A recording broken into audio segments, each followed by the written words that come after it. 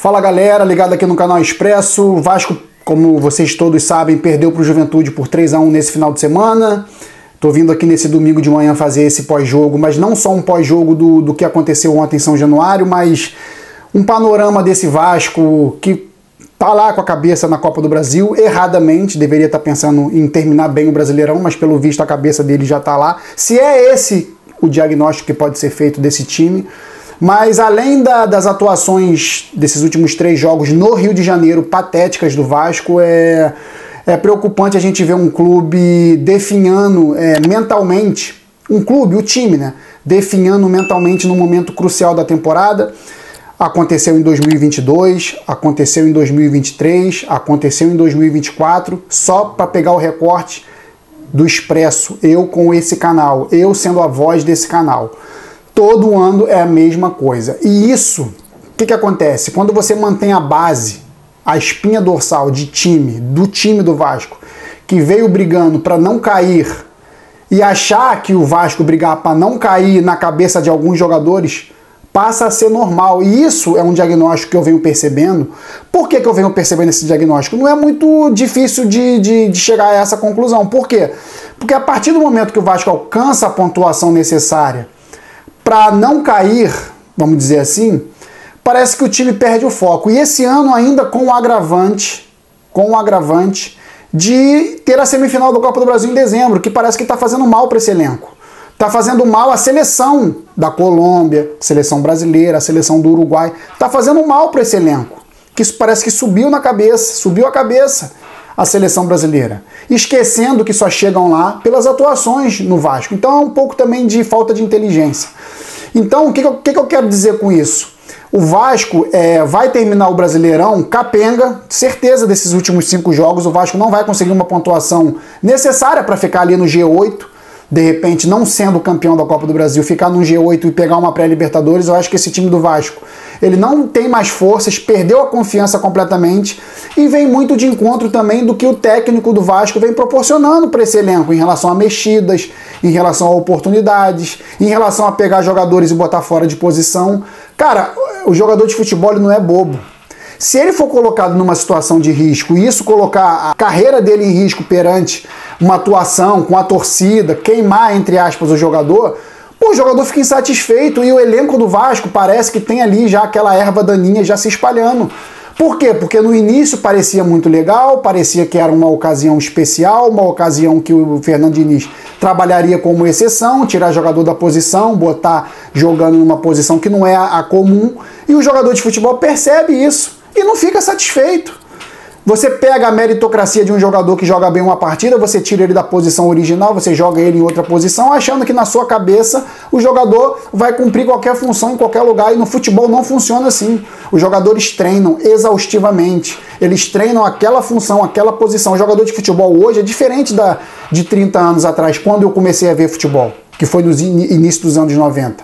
O futebol hoje ele é muito pragmático, ele é muito ali certinho, corrida certa, trabalhar dosagem, trabalhar nível de intensidade, tudo certinho para o jogador executar com o máximo de perfeição as suas funções. E o Fernando Diniz pega isso e bagunça tudo.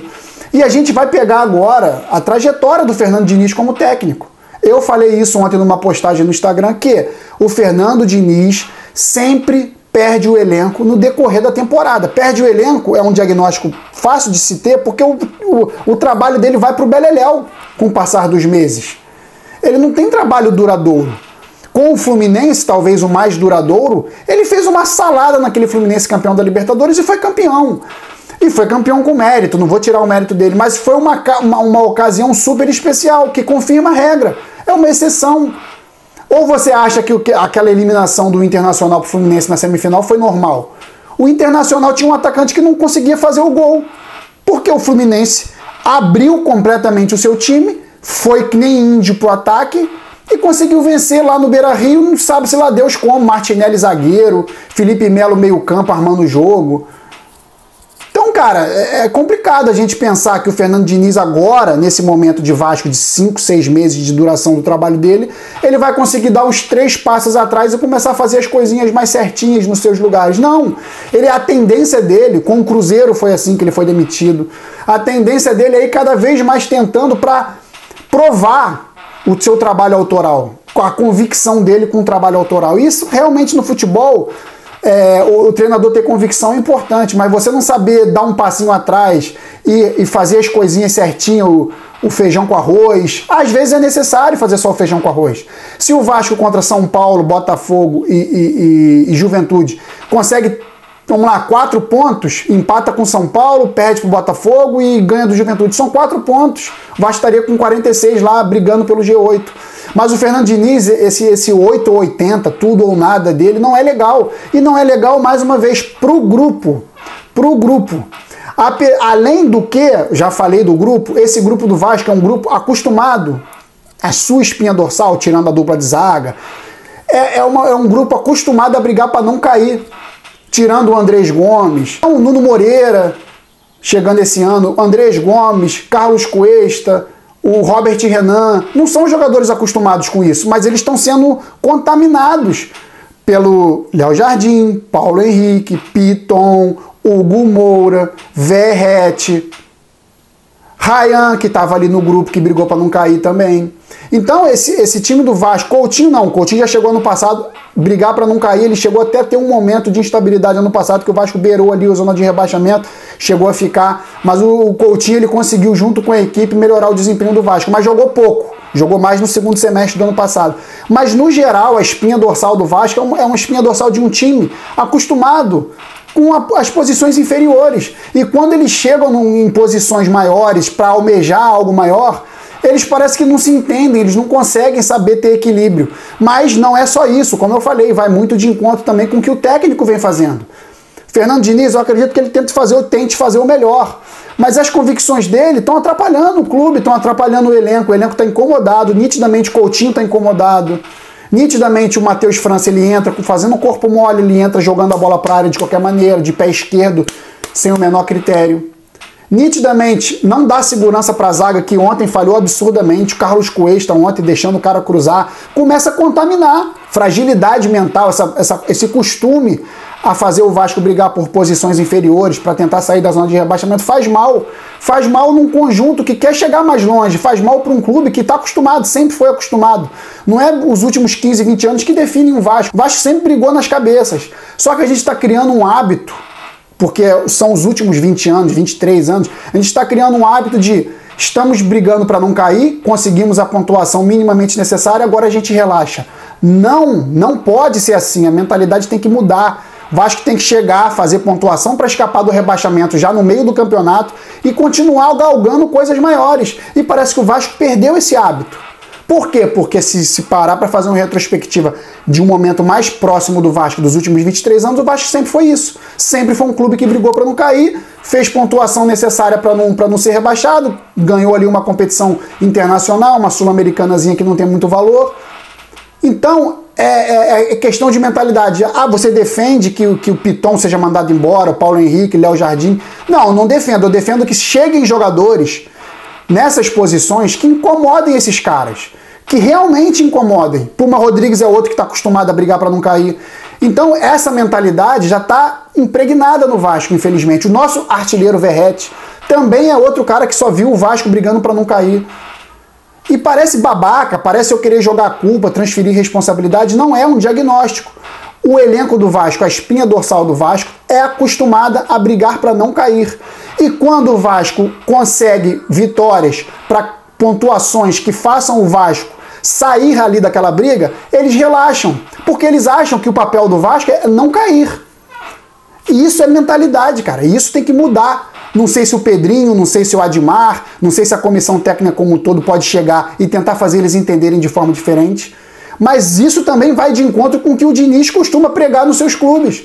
Um trabalho inicialmente autoral, que ele consegue fazer os jogadores comprarem a ideia dele, mas que vai ficando desgastado porque jogadores jogando fora de posição, sendo queimado pela torcida, não conseguindo render o suficiente, jogadores ficando na reserva, muitos sem motivo.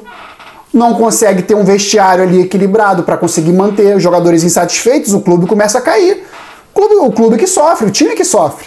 Ontem, o que aconteceu em São Januário é realmente um diagnóstico fácil de que está acontecendo isso.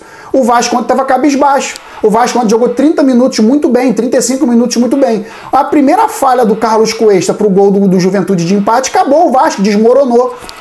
Por quê? Porque a mental do Vasco não é legal há muito tempo.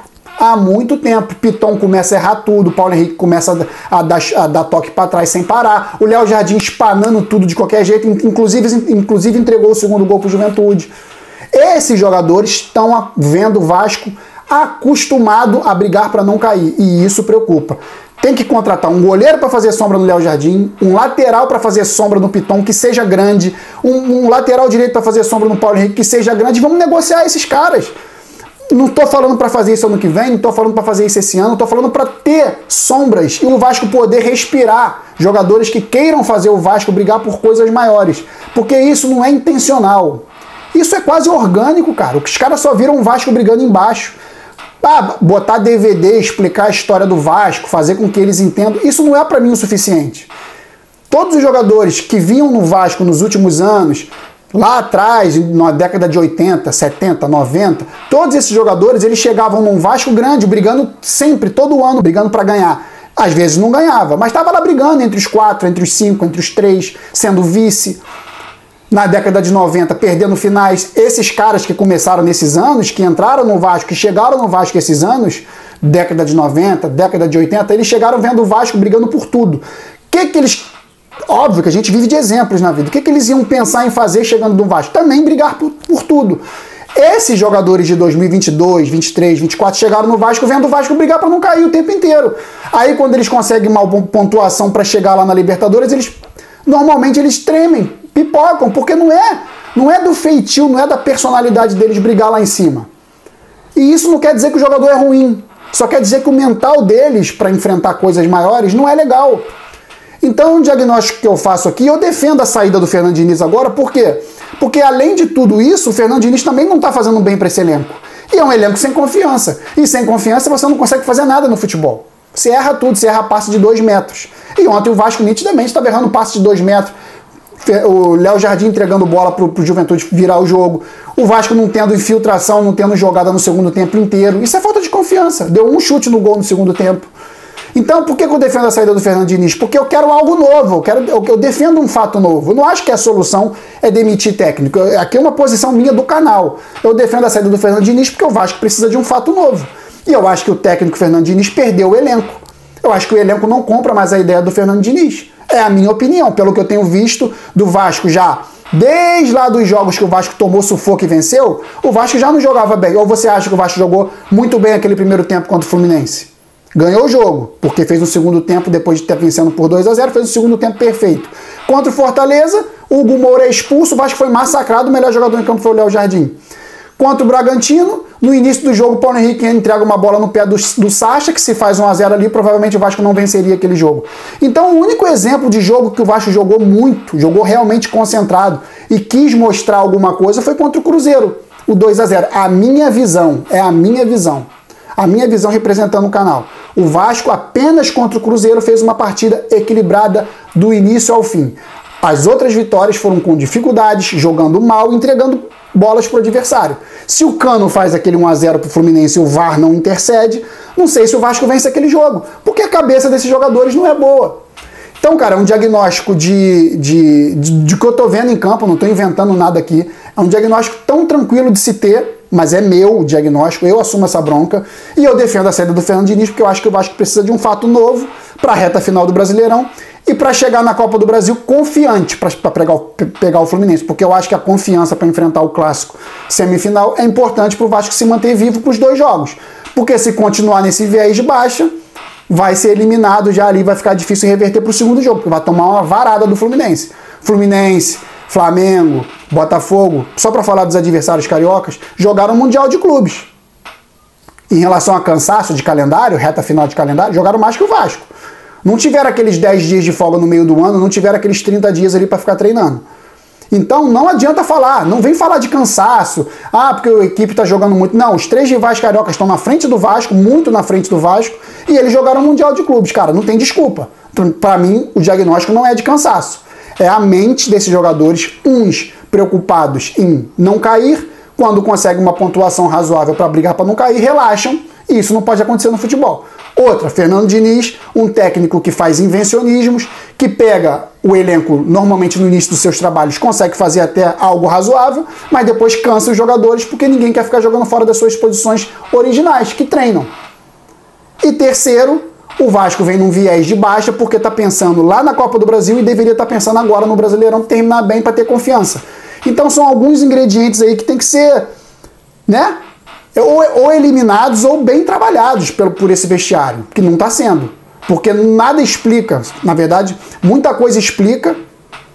Na verdade, esses 3 jogos aí que o Vasco perdeu dizem mais sobre o Vasco do que as 4 vitórias seguidas. A minha opinião, eu penso assim. Então é isso, galera. Mais uma vez o Vasco passa sufoco numa reta final de ano, mas dessa vez com uma Copa do Brasil pela frente que, porra, entregar para um rival aí uma semifinal babaca para chegar numa final postulando um título, eu não sei se eu vou aguentar ver não, cara. Isso é demais pro torcedor vascaíno, é muito sofrimento. Então, meu diagnóstico é que a minha conclusão é que tem que demitir o técnico agora para ter um fato novo aí para dezembro, chegar contra o Fluminense mais confiante. Próximos jogos do Vasco aqui, só para passar rapidinho. O Vasco agora enfrenta o Grêmio depois da data FIFA, dia 19, 9h30, sem confiança, sem fato novo, derrota do Vasco. O Vasco permanece com 42 pontos.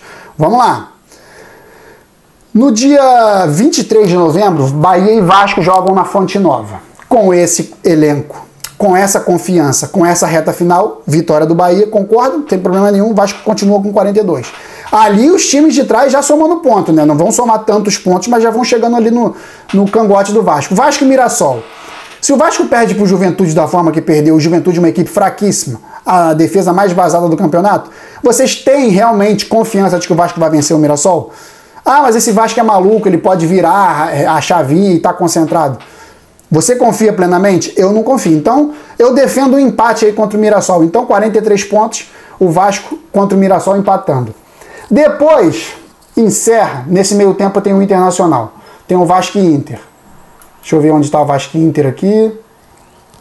Vasco e Internacional, eu acho que o Vasco pode até vencer pelo Internacional estar numa fase ridícula, mas também não dá para cravar. Então o Vasco faria ali 46 pontos. A última rodada contra o Atlético Mineiro, tudo pode acontecer. O Atlético Mineiro pode estar até com time reserva, se der mole, porque vai estar pensando na Sul-Americana. Então, na verdade, já vai ter jogada final da Sul-Americana. Então o Atlético pode ser até o campeão. Tomara que seja o campeão da Sul-Americana para chegar mais tranquilo contra o Vasco. O Vasco conseguir chegar ali aos 49 pontos. De repente, uma Sul-Americana ali tranquilo. Então, eu acho que dá para o Vasco vencer o Inter e, dependendo do jogo do título da Sul-Americana ou não do Atlético Mineiro, também vencer o Atlético Mineiro. Então são 2 vitórias e um empate.